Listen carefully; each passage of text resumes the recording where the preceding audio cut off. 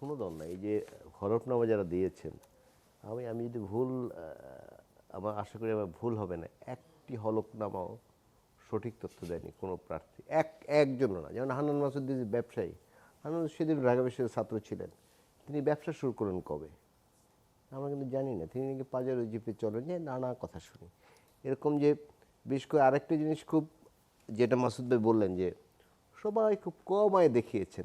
একজন প্রার্থীর আয়ও জীবনযাত্রার সঙ্গে, যেমন ধরুন এখন ঢাকায় একটা মধ্যবিত্ত বা নিম্ন মধ্যবিত্ত ফ্যামিলি থাকতে 1 থেকে 1.5 লক্ষ টাকা খরচ হয় যদি কমও ধরি, কিন্তু অধিকাংশ প্রার্থীর আয় লাখের নিচে আমি দেখলাম। আমি আমার বাচ্চাদের বলতেছিলাম যে এরা কী ইলেকশন করবে, এটা আমার চেয়েও আয় কম। একজন আয় বার্ষিক দেখলাম 9 লাখ বা 10 লাখ বা 12, তার মানে 1 লাখ টাকাও আয় নাই।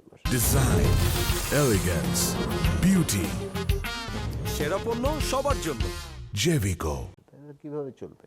এই তো ঢাকা শহর তো এগুলো যাতায়াতই করা যায় না এখন। একজন প্রার্থী তো অনেক যাতায়াত করতে হবে, নানা খরচ আছে, তার অনেক খরচ আছে। মানে সব কিছু একটা মিথ্যাচার দিয়ে ভরা।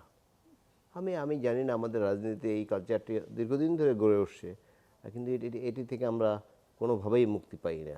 খুব আশা করেছিলাম, আমার বোন আছেন যে এনসিপি অনেক কিছু ঠিক করবে, কিন্তু এনসিপির চিত্র দেখলাম ভিন্ন। এই যে হাসিনার পিয়ন 15.5 বছর 400 কোটি টাকা ইনকাম করেছে। এনসিপির এক নেতার কি বলে এপিএ ছিলেন, পালিয়ে গেছে নাকি শুনেছি, তিনি নাকি 3.5 মাসে কয়েকশো কোটি টাকা ইনকাম করেছে।